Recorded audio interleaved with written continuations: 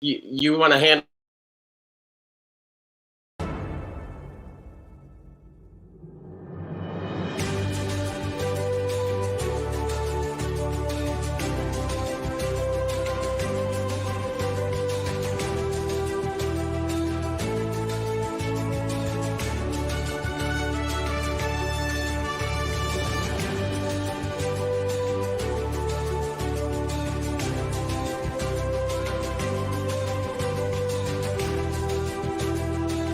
And Guidry goes, let's go look at something that took place 40 years ago. Who cares? Okay, that's political.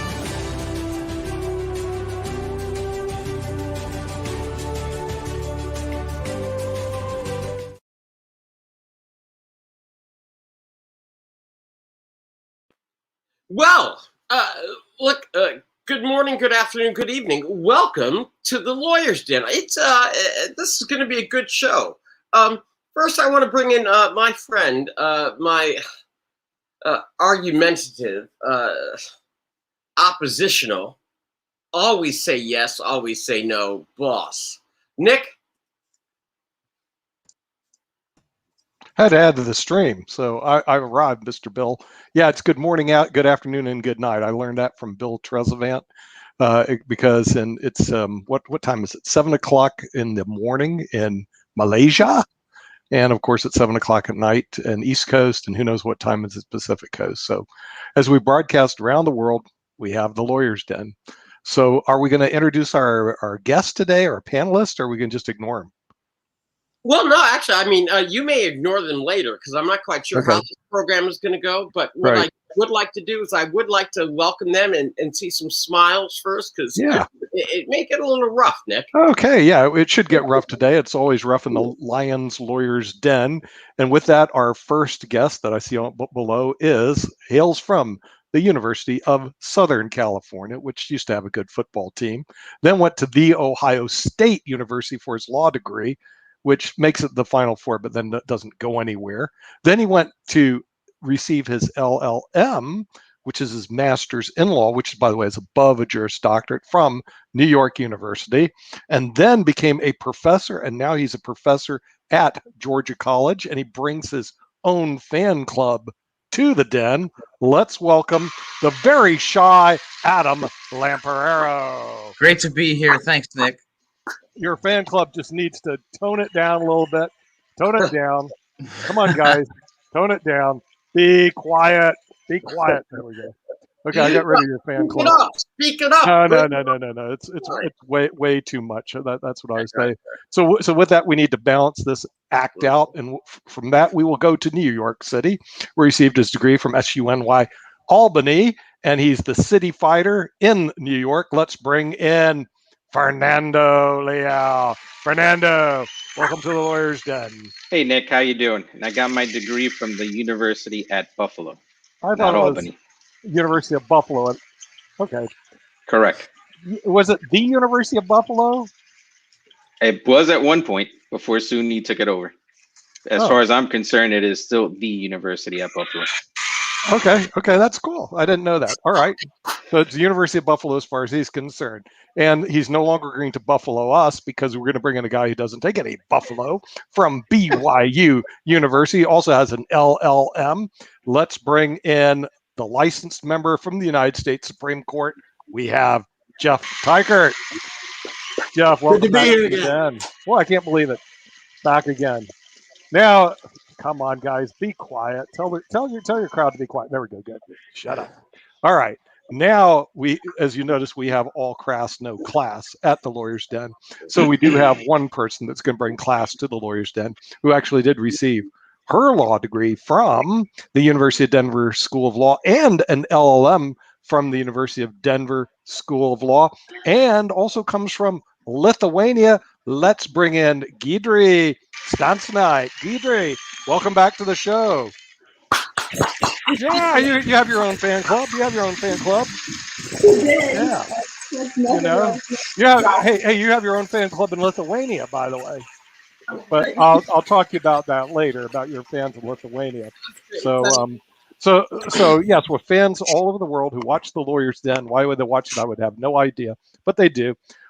Bill, You're the den master, and Bill also is an attorney. He is from Washington, D.C., so let's give a warm welcome to our den master, Bill Trezevant, who has his own fan club with mixed response, of course. Tell those people to be quiet, be quiet, be quiet. Yeah. Okay, Bill, what is the topic today? What are we going to be discussing today on the Lawyer's Den? Well, we're about to get into the topic, but I did want to just take a moment of personal privilege, and that is because I wanted to hear from Adam. Adam was just done coaching his moot court team, I hope, to a championship down there in Georgia, where the devil plays around. So we won't know what's going on with that, but at least if they won, then Adam will be able to make his arguments. If they lost, then, well, Adam will just get abused. However, this is the topic for tonight, and it's kind of a touchy one. It's race. I heard it was a racy topic tonight. Oh, you're funny, Nick. I know. And you see, I dig you. I can't do this without you. That's true. Okay. Are we going to listen to this moot court thing, or is that moot? Right no. I'm done with that. Okay, good. I didn't want to hear about it. Well, let me just say that my students from Georgia College are so fantastic and talented. And this weekend at the competition, they are going to do amazing. I'm so proud of them, and I'm proud of Georgia College. So it's going to be an amazing tournament, and we're looking forward to it. And thanks for mentioning it, Phil. Okay, well, no, fine. Well, fine. I want them to be champions because you know why? What they don't realize, Adam, is that you are a champion, and that's why Nick allows you under Section 230 to be on his show. Now, with that having been said, Guidry, Jeff, Fernando, we're going to start with race in America. We're going to start with the 14th Amendment. It's going to be, black, white, Latin issues. We're going to talk about, what does it mean? What rights do we have? Well, people of color have. What rights do white people have? How all this works out. And with that in mind, I'd like to say, Guidry, I'm not putting you on the spot, but you have my heart. Please, remember, you're civilized here. So. Bill, when you were introducing all the colors in the world and the rights associated with them, in my head, I was trying to comprehend the really vastity of the subject. And for me to start, actually, I literally was thinking, how are you going to direct it? Where are we going to start it with? I think that it's a difficult subject, and honestly, I want to see what direction you want to take, and I will be waiting to respond to that. Okay, well then let me begin with this simply. I'll move to another person. Jeff. Yes. Okay. Well, if other people can mute just for a second. Jeff, I do need you. The 14th Amendment, equal protection under the law. It's been a source of fights, discussions, civil wars. And now we sit here today in the aftermath, or some would say after the evolution, with Black Lives Matter. And so now, what are we doing, Jeff? I mean, how are we looking at it? I, for one, began, before me, right, then I was born, and then we have Black Lives Matter. But I'm looking at you, Jeff. Jeff, how are you looking at it? Because I say Black Lives Matter. I say the 14th Amendment. I say the Constitution. What are you thinking, Jeff? I do think Black Lives Matter. Now, I'm not endorsing a particular group or anything, but obviously every life matters, and I can say Black Lives Matter and sympathize with the concerns that many have that Black lives haven't mattered as much as they should to as many as they should. And so I have sympathy for that. I also think about historically, Americans came from various different places around the world, particularly Europe, but other places too. And we had our native population here already. We unfortunately imported slaves from Africa at a very early phase of the development of our country. But America has been a melting pot for a lot of different races, cultures, religions, and so on. And it's been a bumpy ride in trying to figure out how to all work together and become one people. There have been attempts by various different people, and I've mentioned to you before, Malcolm X. Nothing against Malcolm X, but the Nation of Islam believed in black separatism, and they believed that blacks were best served and protected with their own separate culture, virtually their own separate nation. Yeah, no, fine, Jeff. So did W.E.B. Du Bois, and so did a whole number of other black intellectuals. So it's not just Malcolm X. Right. And I happen to think Malcolm X was kind of right, and he was murdered at the age of 39, but that's an aside. But go ahead, Jeff. I mean, I don't want to vilify Malcolm X here, please, because we're talking about... I think we tend to lump in all the civil rights leaders of the 1960s together and sort of make them all one big happy family. But I think that was a fundamentally different view from the view taken by Dr. Martin Luther King, that he wanted integration. He wanted people to be judged by the color of their, by the content of their character, rather than the color of their skin. He wanted black men and white men to, sit down at the table of brotherhood, the way he talked about in his "I Have a Dream" speech. Well, that's what I want. Now, I know we haven't gotten there yet completely. It's imperfect. And like I said, it's been a bumpy ride, but that's the vision that I believe in. I don't believe in separatism for blacks or whites or any other race. Of course, people are going to congregate in groups of friends and whatever they're just comfortable with. But I believe in free association, and I believe in equality among all of the races that make up this country. Fernando, please, your thoughts, because I mean, I don't want to make this a black-white issue, because it is really a kind of an all of us issue, regardless of color. So there's red, brown, yellow, whatever. Fernando. Well, it's always a black and white issue because that's what sells in the newspapers, whether people like hearing that or not. Race sells. It always has sold, and it will continue to sell no matter what we come up with. It brings ratings. It brings eyeballs to the TV. You're trying to make this out to be this big spectrum, and the truth of the matter is that as a Hispanic, and I don't use the word Latin, Latino X, or any of those other nonsense terms, for the simple reason that Latin incorporates 5 other Romance languages that everybody seems to forget, and the original Latins were the Romans. We're Hispanic. In this country, I don't have a color. I'm exactly like the next guy. I look like the next guy, think like the next guy. We're one big amorphous blob when we aren't. And that's where the cis political parties miss out on votes. Outside of this country, I'm not Hispanic. If I'm asked what my race is, I am white. Whether people like hearing that or not, I honestly don't care. Okay. No, Adam. Well, no.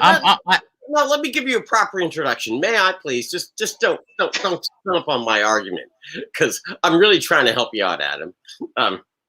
You, young man, from across your travels, from New York, New Jersey, 3,000 miles to LA, to the southern mountains of Georgia.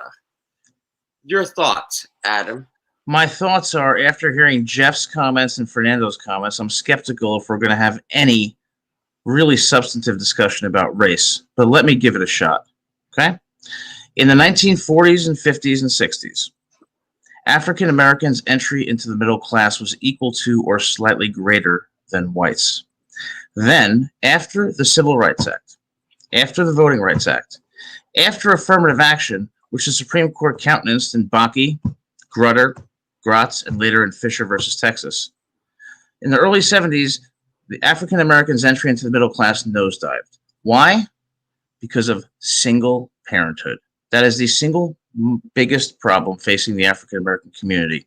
Single parenthood, as Senator Daniel Patrick Moynihan explained in his groundbreaking report, a Democrat, Single parenthood leads to delinquency, poor educational outcomes, and crime. Until we're really willing to address the community level issues affecting race, then we're not going to solve anything. All of this nonsense about white privilege, systemic racism, institutional racism is a lot of smoke where there's no fire. We have to address what's really happening in our communities. Until we do so, we won't have equality and we won't have honest discourse. Nick, because I think he just called you out. I think he just talked about white privilege, and I think well, you know, it's a typical response from that narrow-minded American who sits in Georgia because he sees everything as black and white. Now, if you ever get a little higher on his pedestal, you'll see that this whole concept of racism exists throughout the world. On the IBM TV network, we had the Azerbaijanis and Armenians that are fighting each other through basically racism that exists. And the thing is, it's a very serious issue. In Lithuania, which I'm hoping we're going to hear from Guidry about it, they had an extermination of the Jews, which they still deny today. And so the thing is, this is a universal concept. Now, a narrow-minded American will say it's black and white, and they'll ignore the Indians, the Native Americans.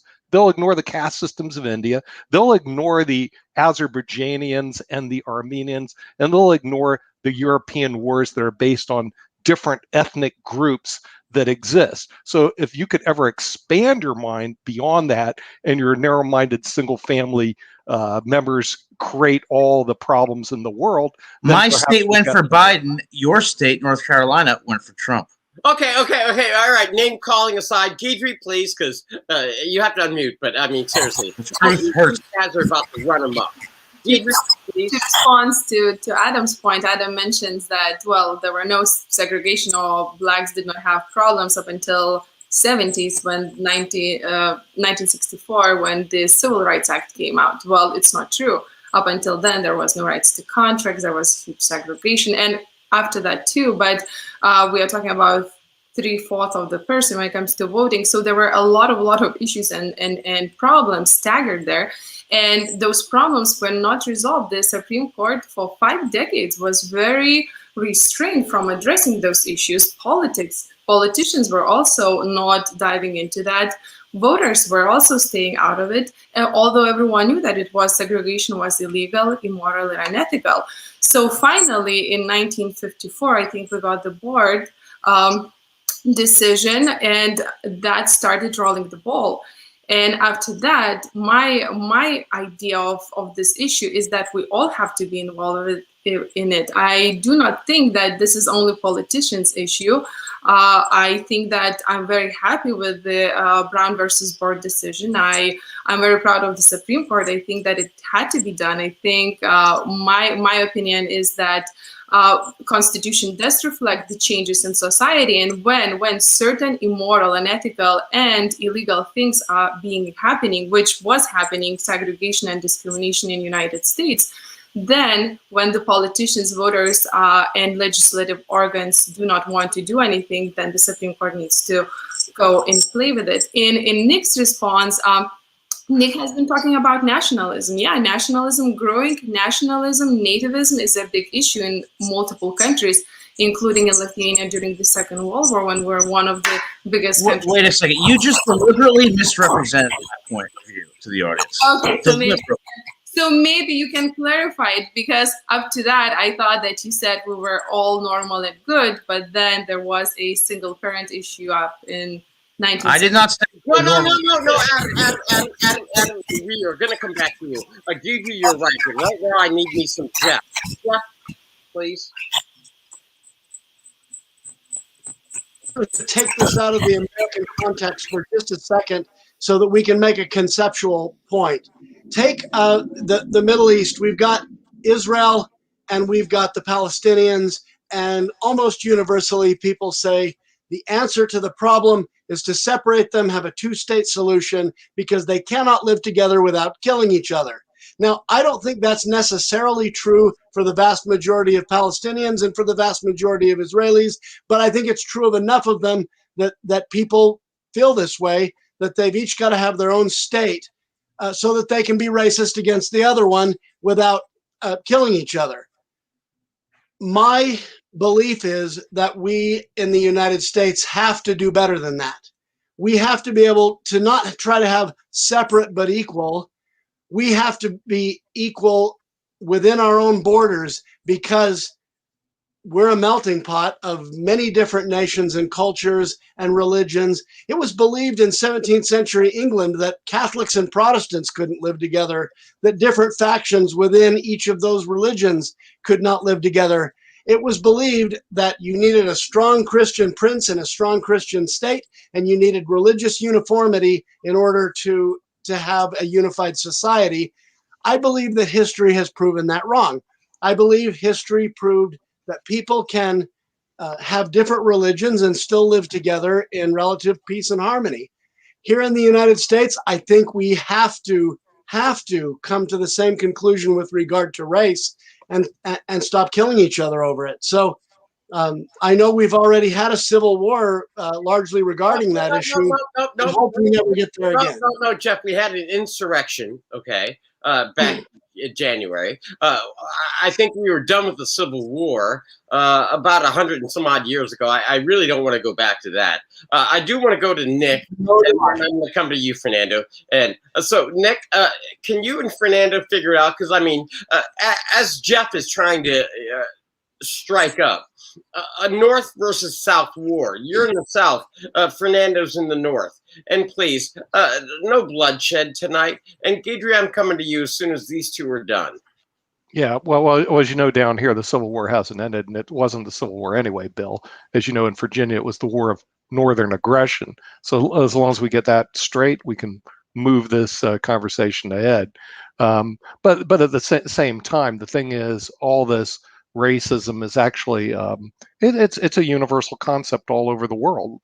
Even in Rwanda, they have the Hutu and the Tutsi tribe. They both fought each other because it's a tribal thing. In other words, I'm a member of this tribe, I'm a member of that tribe, and then all of a sudden they get riled up and they start hating each other, and they start fighting each other and killing each other. Happened in Serbia. I mean, can you believe that? Serbia, Bosnia, all of a sudden, we're both different tribes. We fight each other. We're going to kill each other. Happened in the United States, Republicans and Democrats.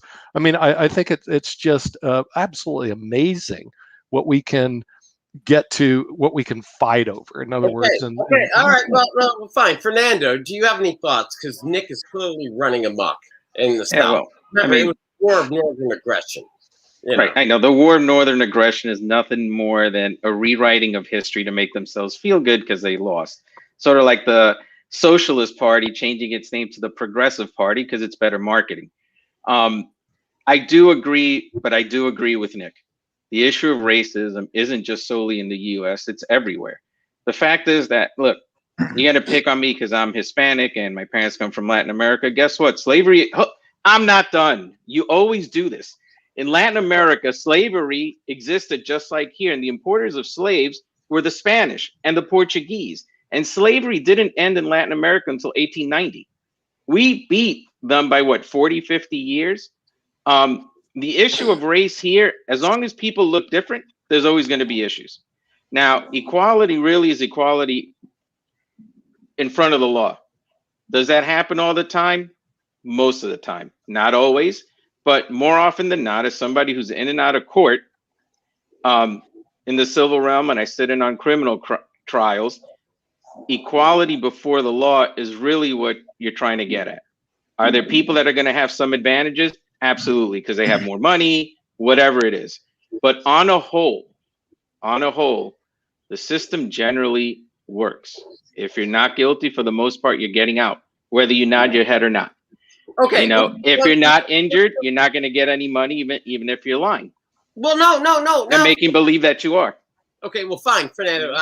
I'm not interrupting you now. Now I want to raise a really, really, really important question, and that is this. To our audience, there is this concept called noblesse oblige, which is that those people that occupy a sense or a position in society, nobility, meaning noblesse, have an obligation to look to take care of the people that are beneath their boots. Now, they call that noblesse oblige. And I'm kind of wondering, because up till now, while we're on the issue of race, I'm wondering, up till now, we've been thinking about it in terms of white people talking about black people about this. But is there an issue when you have people of color that are doing it to their own? That is, black people to black people, Latin, Roman, Fernando, whatever you want to, your group, however. But I think there's a real discussion or a question about all of this. And as a separate matter, because it could be construed from time to time, Deidre, as a matter of economic class, which where you're coming from, having immigrated from the former Soviet Union. But this is what we're going to do. Adam, I'm coming to you first because you're in Georgia and you have the details. And then Deidre, I'm coming to you. And then Nick, I love you and I'm coming to you. And Jeff, I'm going to need you to make sense. And Fernando, no, I'm not going to shut you up, at 30 years. So, Adam, Deidre, Nick, and then Jeff, please. Adam? First, I said about 10 minutes ago that nobody on this panel would offer anything but general platitudes rather than specific solutions that confront real problems, and they have not. As such, I would like to talk to the audience directly. With respect to Guidry's misrepresentation of my views, of course I know that from Dred Scott to Plessy through Jim Crow, there was systemic, institutional, and despicable racism.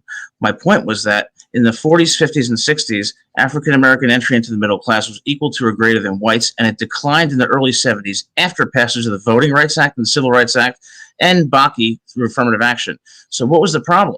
The problem was single parenthood. Number two, if we're going to solve the race issue in America, we have to address the really difficult topics. Number one, 70% of African-American children grow up in single-parent families. It leads to delinquency. It leads to crime. Number two, African-Americans suffer educational inequality. Until we're willing to address these issues, including, number three, black-on-black crime, such as in Chicago, then this discussion is moot. So I'd appreciate it if my views were not misrepresented and if we stay away from the general platitudes, which solve nothing and actually make everything worse. Deidre.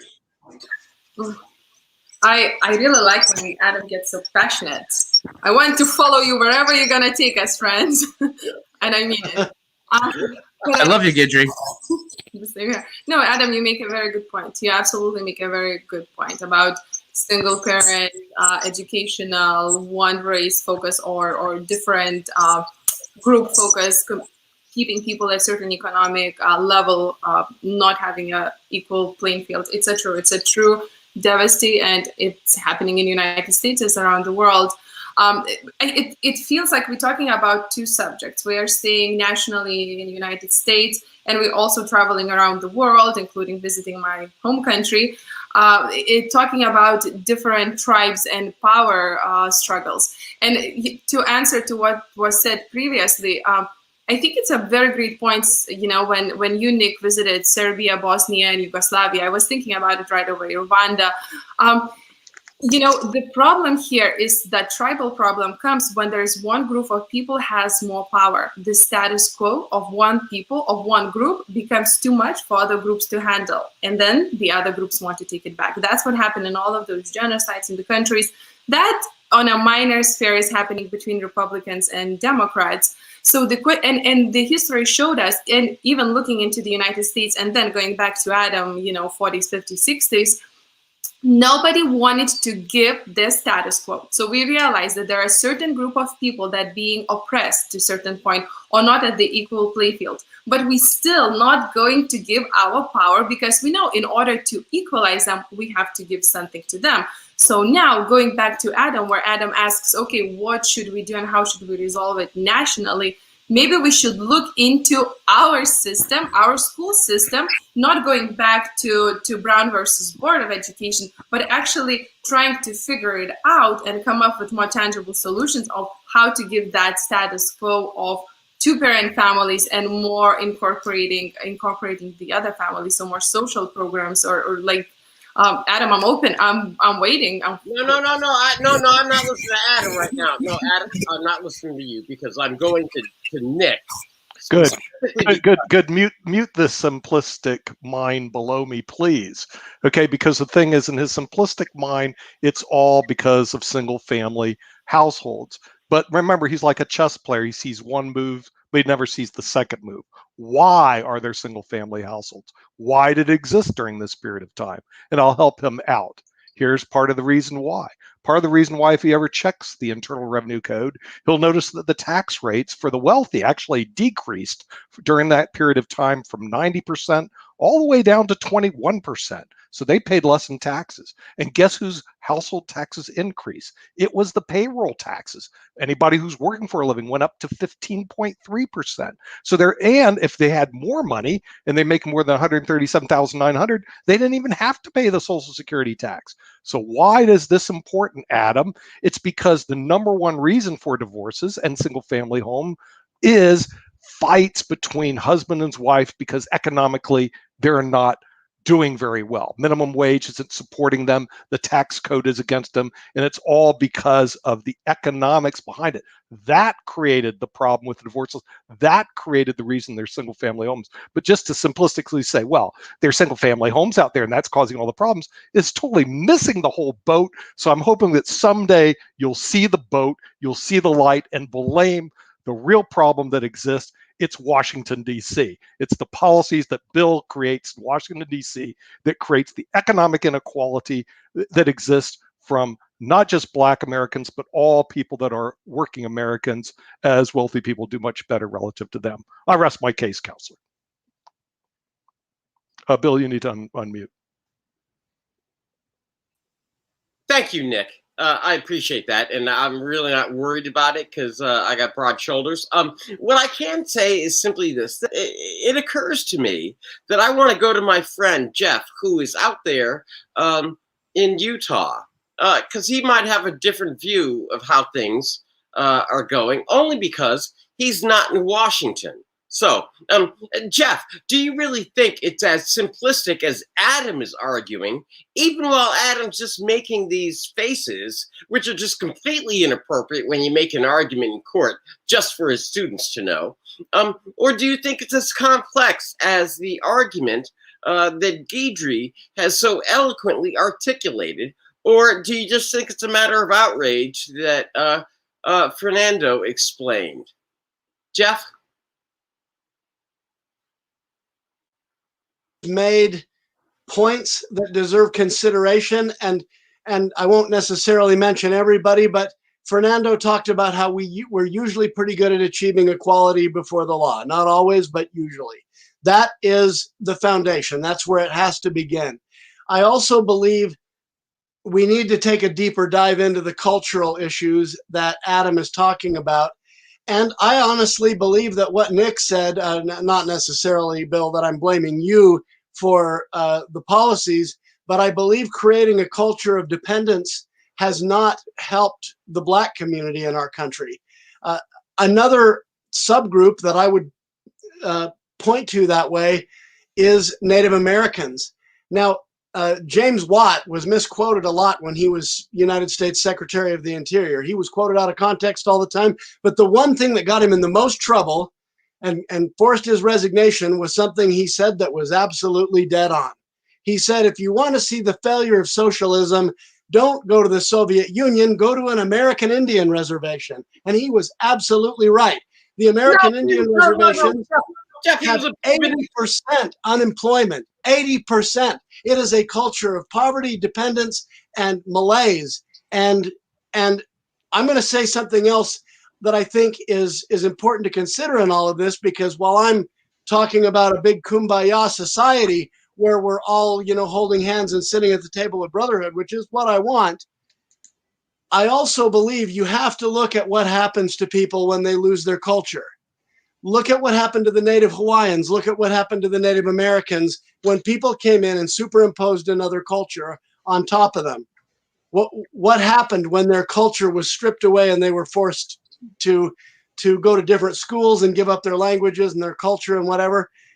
Well, they started to abuse alcohol. They had trouble keeping their families together. They lost their identity, and it was a big, big problem. My first job as an attorney was as a law clerk to the Chief Justice of American Samoa. And I'll never forget one day sitting in the Chief Justice's office talking to him, and he talked about food stamps, and he said, perfect way to ruin Samoan society. And by the way, he was the first Native Samoan Chief Justice. And I asked him, what do you mean? And he said, well, look around the village. Every one of these fales, every one of these little homes is really one room of a bigger home. He said, people in these villages are reorganizing who lives where to maximize their food stamps. He says the structure of the family under the food stamp program is sort of the basic U.S. nuclear family of 4, but Samoan society is different. It's bigger. And you go to a large extended family, it's called an ainga, drive through a Samoan village in the early evening and you see 30 kids playing volleyball. You know what? They're all cousins.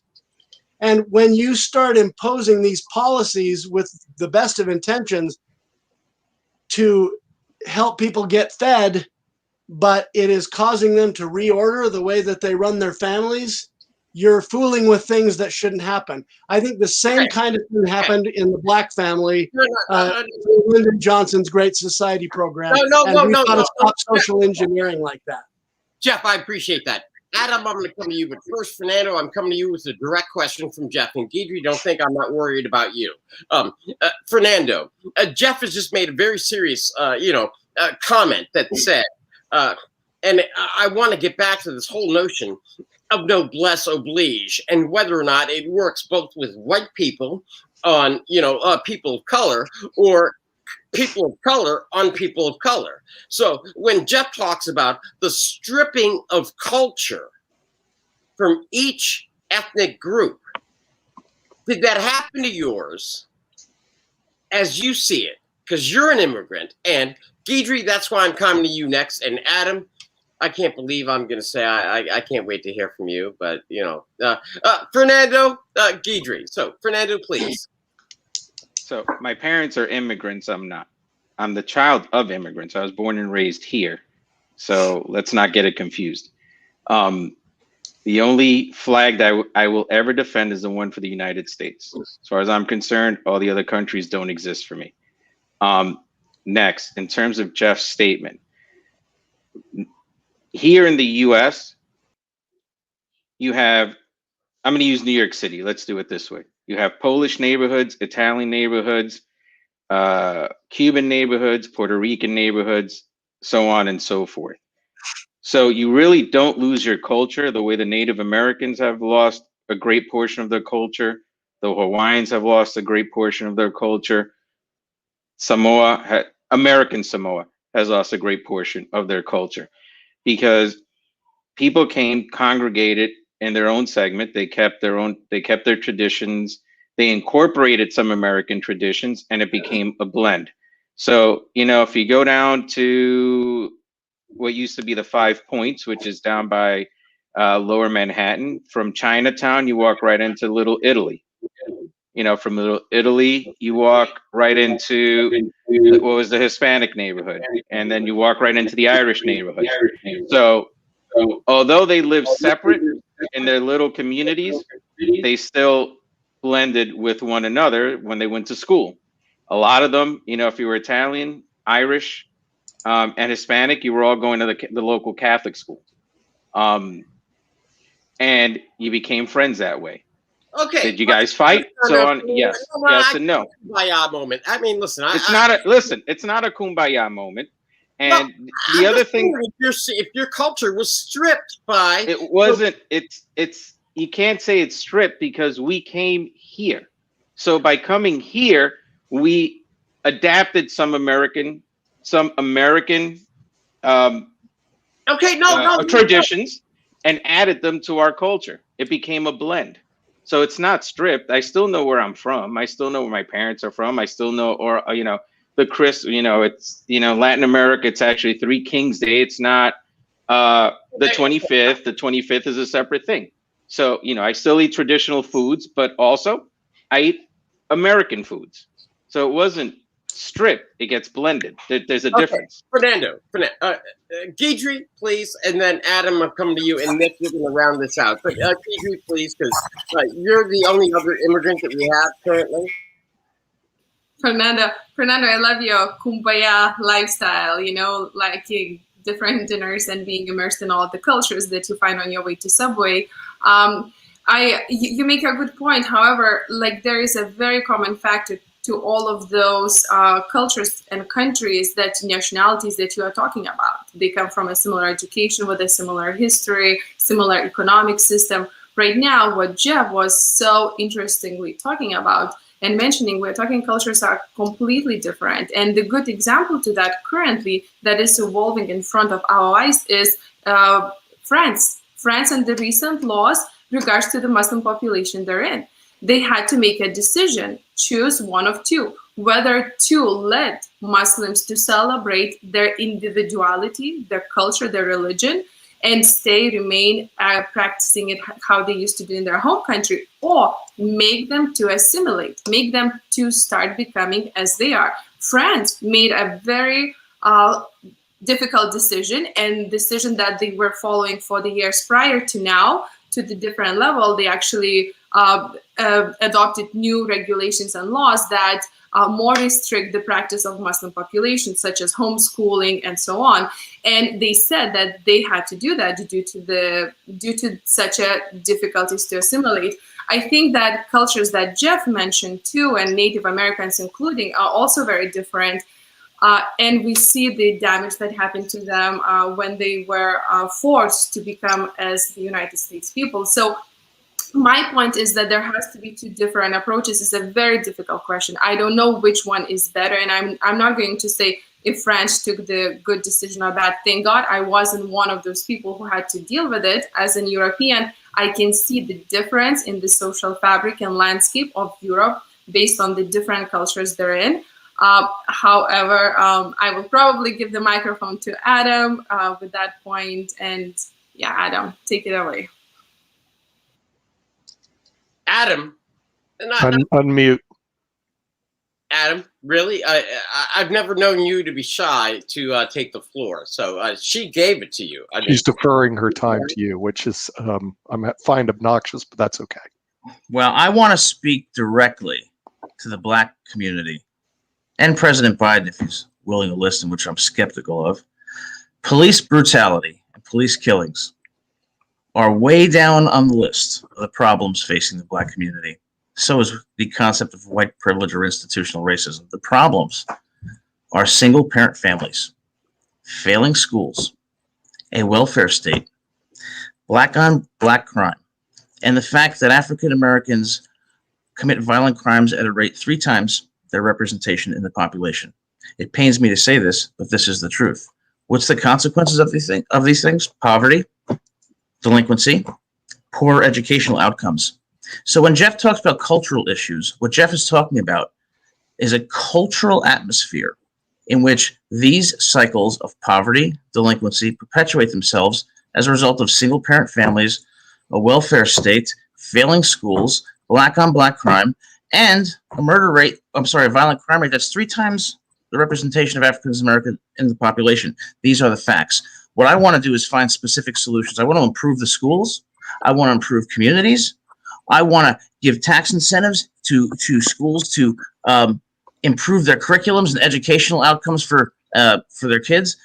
All this rhetoric that I'm hearing on this show, I'd like to tell the African American community, it's not going to do a thing for you. Neither is CNN, Anderson Cooper, or Don Lemon. Specific solutions are the answer, and you are the solution.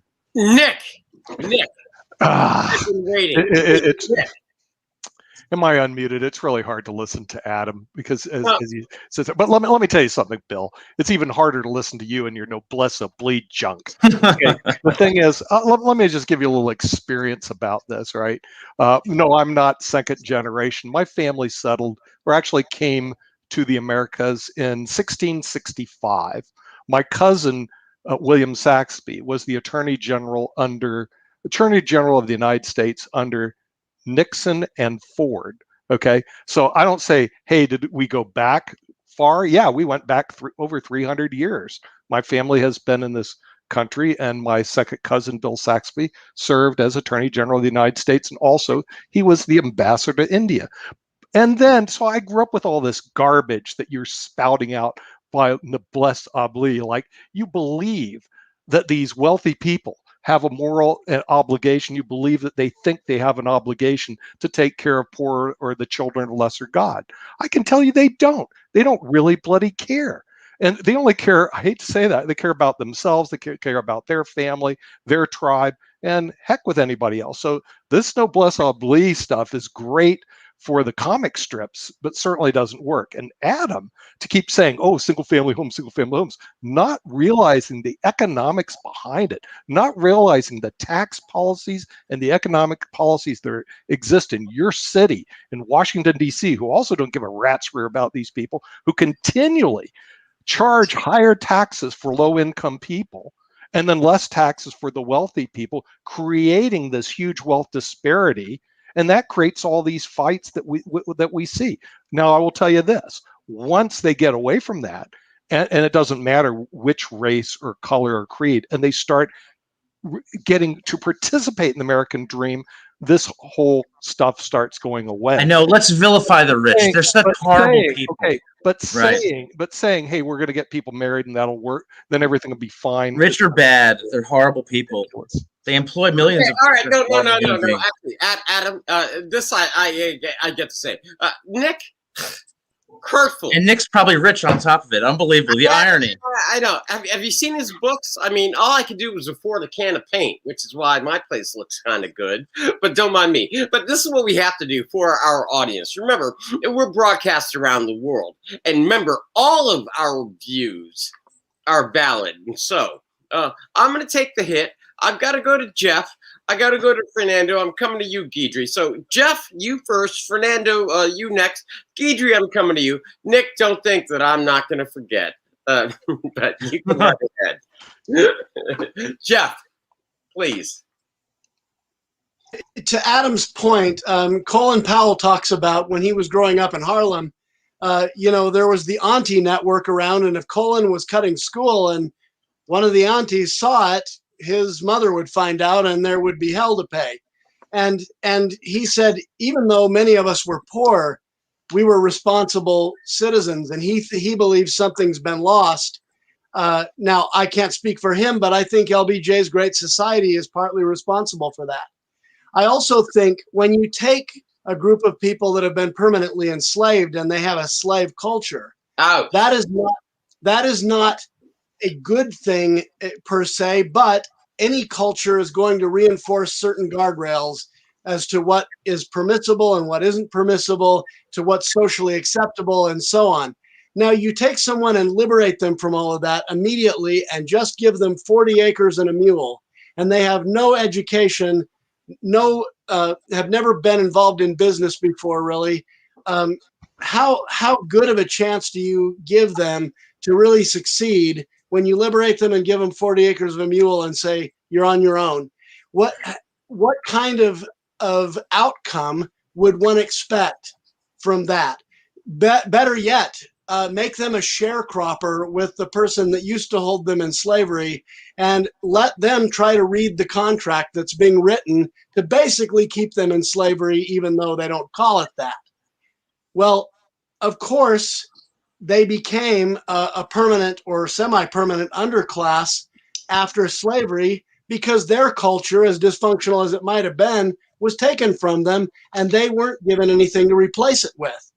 Well, I'm not suggesting that a culture didn't develop, and a lot of it centered around Black churches in the South and things like that. But again, I think the innovations, which were all well-intentioned, of Johnson's Great Society, stripped away the culture that had evolved. And we see what Adam is talking about with, lots of...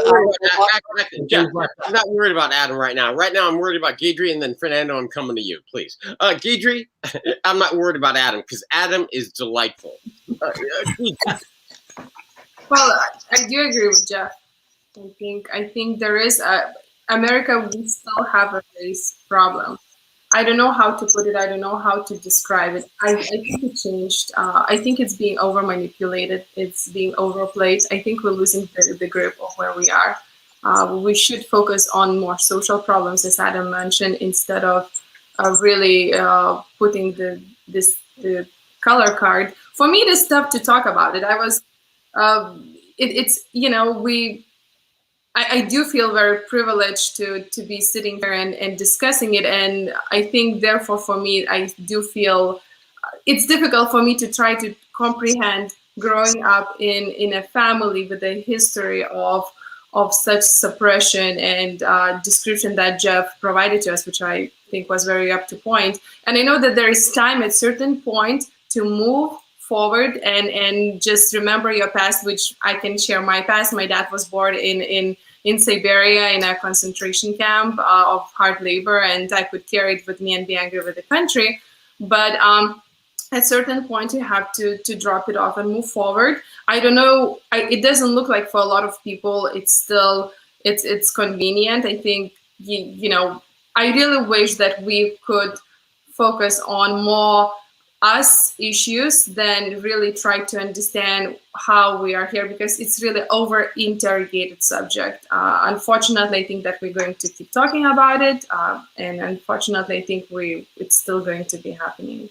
So I'm saying my point is that I'm not saying anything, basically. No. That's fantastic. That's the closing argument. And if I was the judge, I'd be like, "Thank you, counselor." But I want to go. Fantastic, Fernando. I would like to hear your thoughts, and then Adam. Okay. With much regret, I'm coming to you, Fernando. Please, because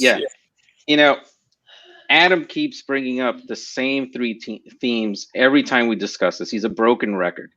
We get it.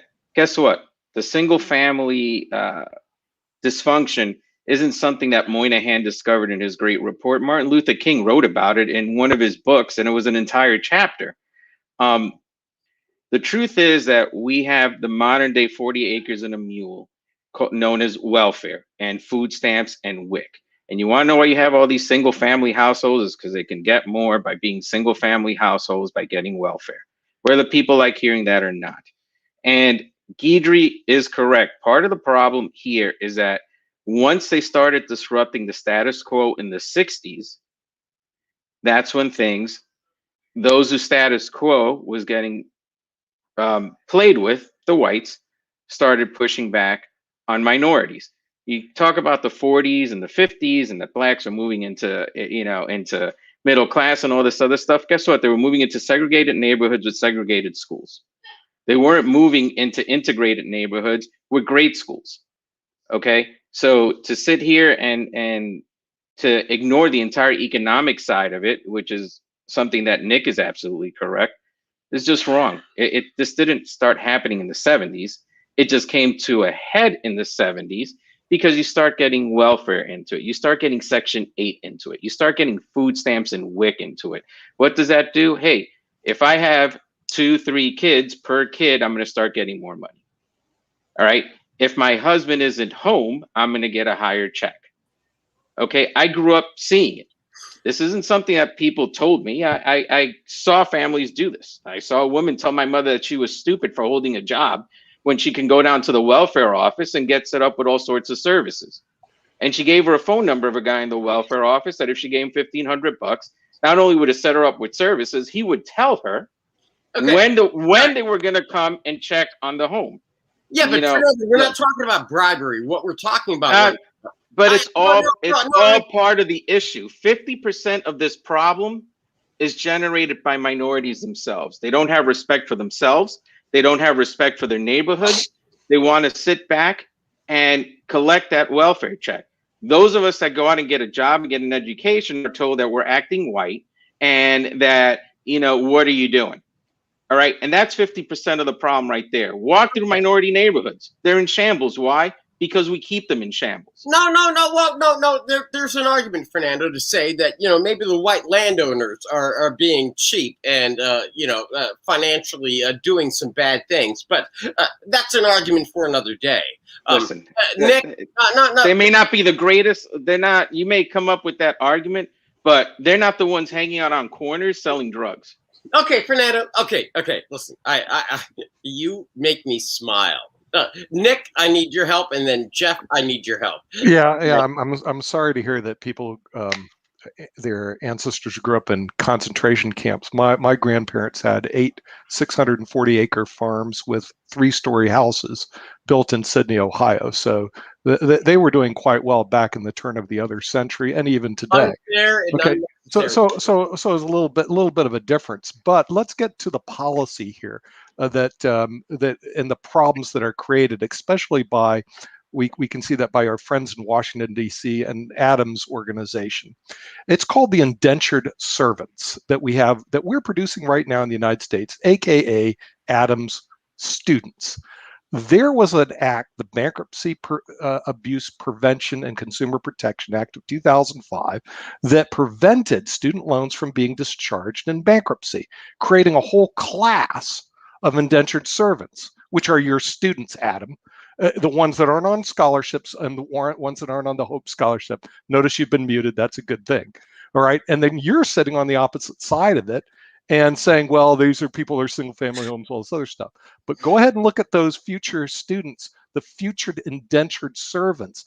Why isn't the education system bringing this out? Because they don't want to bring it out. They have a major conflict of interest. And Bill, in your city in Washington, D.C., you were the guys who passed the law allowing these indentured servants to take place. If you think noblesse oblige is going to take care of it, you guys are out of your bloody mind. It ain't going to happen. You got to have this happen in Washington, and you need to step up the educational institutions and stop creating indentured servants all throughout America with rents and mortgages that they can't possibly afford to pay for. And of course, that'll create a culture of crime and indecency. What else would? No, Adam, before I completely lose my lid, okay? Adam, please, you have Nick. Well, I find it funny that I get muted so often on this show by the people who claim to be such champions of the First Amendment. Number two, Fernando says that I'm a broken record. Well, you haven't said anything of substance during this show, and I'm a broken record because the problems persist. Those problems are a welfare state, which you spent a great time detailing. I guess you like that broken record. Single-parent families, poor educational system. And I'd like to speak to the African-American community again and say the problem and the solution begins with you. Stop committing crime. Stop having children out of wedlock. Finish high school. If you do those 3 things, you have a 95% chance of being in the middle class. That is an empirical fact. So forget all the smoke and mirrors by the media with all these focus on police brutality, which affects only a minuscule number of African Americans. Forget the media peddling this institutional racism, and forget the Democratic Party that wants to make you a victim. Empower yourself. And as far as the other panelists go, we should be muting them, not me. And again, none of those things that you suggest will get them to stop taking welfare or any of that, because that's why they do. Well, that's what I said. They're getting a Let's check come to from the specific government. solutions. What's the solution? Cut welfare, but nobody's going to do it. Cut food stamps. Yeah. Nobody's going to do it. Cut Jeff. WIC. Nobody's going to do it. Jeff, can you? Well, you have a point, Fernando, and that's the problem. Jeff, People want votes. Yes. please, because we're running out of time here, and I need your thoughts. Well, I think that Adam is right in the sense that we need to foster a sense of culture and cohesion in the Black community. And I don't think that is a contradiction to the melting pot idea that Fernando and myself and others have been talking about. The idea of being an American means you can be Black, you can be white, you can be Hispanic, you can be Chinese, of Chinese origin. It doesn't really matter as long as you sign up to certain basic values that define what we are. You find them in the Declaration of Independence and in the Constitution. If you sign up to those values, you can be an American, and then bring all of the other interesting things that you have, whether it's carne asada or pad thai or whatever it is. Bring that, but let's be united around the basic core principles of our political system and our democracy, and unite around that. Then bring your religion, bring whatever else you have that's part of your character. We're not a blood and soil nation where we're defined by our ethnicity, and I am proud of that. I like that. I believe we're defined by our values. One of those values, I believe, is what Adam talked about, which is family. And I believe Fernando is right too, that if you make people dependent on the government instead of on their family when they're in trouble, you kind of diminish that a little bit. No. I get that. For my family, let me try it this way. Quickly. I have about maybe 5 seconds each as I go around the horn. I want to end with one person, and it's not named Adam. But that's a joke, Adam. I'm sorry. I didn't mean to censor you. You apparently are mad. So, Deidre, this has been a difficult discussion this evening, and it's complicated. There's no other way around it. What are you thinking? Just one point to Adam's point, with all the love, I haven't heard something that ridiculously silly saying to the African American community, start graduating colleges, stop having kids, and stop committing crimes. It's like telling a penniless person, oh, to bake a cake, you need to get a milk, butter, and bread. It's ridiculous. There is a societal argument there, and we have responsibility. We have to help to facilitate that, and it's not as simple. So that's my one point. All right, sorry, Fernando, please. Yes. Yeah. Now that I'm unmuted.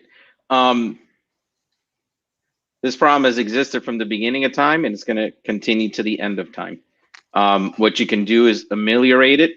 And I think that our nation's motto, E pluribus unum, is probably one of the best ways to try to ameliorate it. By integrating individuals and showing each other different cultures and talking about different things, you start breaking down walls. And that's the only way that you're really going to get it done. Okay. That is impressive, Fernando. E pluribus unum. Adam, Fernando just called from New York City for unity, from the Statue of Liberty. Adam, what do you have down there in Georgia? I have a statement that says Guidry is 1,000% wrong. She wants to perpetuate a welfare state and a victimhood mentality. Indeed, empirical data suggests and confirms that if you graduate high school, if you make the right choices and you don't commit crime, you will be in the middle class. And if you don't impregnate your high school sweetheart. Millions of African Americans have done that. And I would say to the rest of the African American community too, you can do that too. Don't let Guidry and the Democrats keep you a victim. You'll get nowhere and you'll wonder why. The answer is within you and your choices. No, Deidre, I know, wow, is right. Jeff, but I've got to come to you because Nick has got to land this plane after you. But so Jeff, please, because Adam just threw a screwball. International treaties and norms suggest that every people has a right to self-determination. Now, with any subgroup within our culture, whether you are an anachronistic part of a larger culture that's refusing to conform, or whether you are exercising your right to self-determination, is a question we're going to debate for a long time. But I do believe that culture is important to reinforcing responsible behavior and mutual respect, and I hope we give a little bit more attention to it as a country. And I echo what Fernando said about the melting pot of many one. I believe everybody brings some interesting things to the mix. Let's unite around the common values we have of freedom, human rights, private property, and the other things in our Constitution and Declaration of Independence. Okay, well, that leaves me with you, Nick. And you have the benefit of all those books, all that knowledge. and a worldwide platform.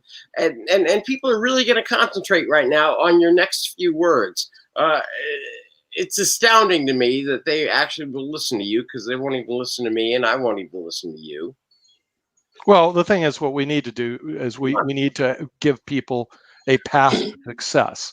And a path to success is not Adam's dream that everybody goes to college and then becomes an indentured servant because of the bad policies we've made in Washington, D.C., not allowing them to be the debts to be discharged in bankruptcy and allowing students to accumulate huge amounts of student debt.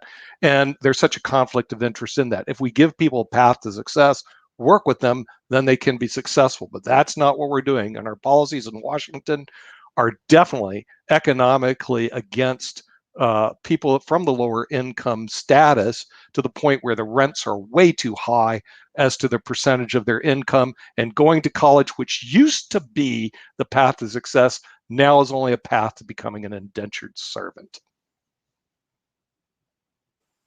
Well, to the worldwide world, I want to welcome you and just say thank you for sharing time, because the Lawyer's Den is also the Lion's Den.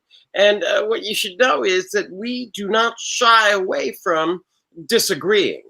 We try to do it in a way that shares our views, that confronts the questions, and yet at the same time tries to share a laugh, because I know at the end of the day, each one of my colleagues are charming, heartfelt, great people. Right? Go ahead, Geet. Can we get a round of applause? Because this is a Thursday, and we're not going to be around until, I guess, a Monday, because I think we're being preempted for other reasons. But I want to say thank you to all of you, and on behalf of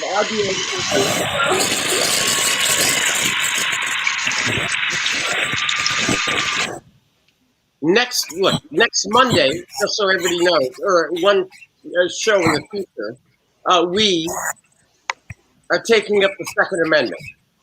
Okay. Sounds good. Should we land the airplane, Bill? Land the airplane. All right. We'll see everybody next week.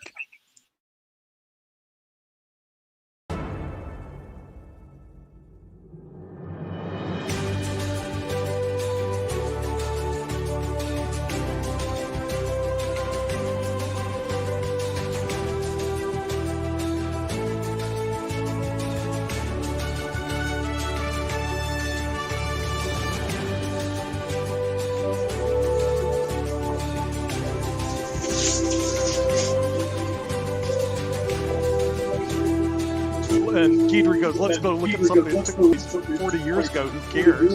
Okay, that's political.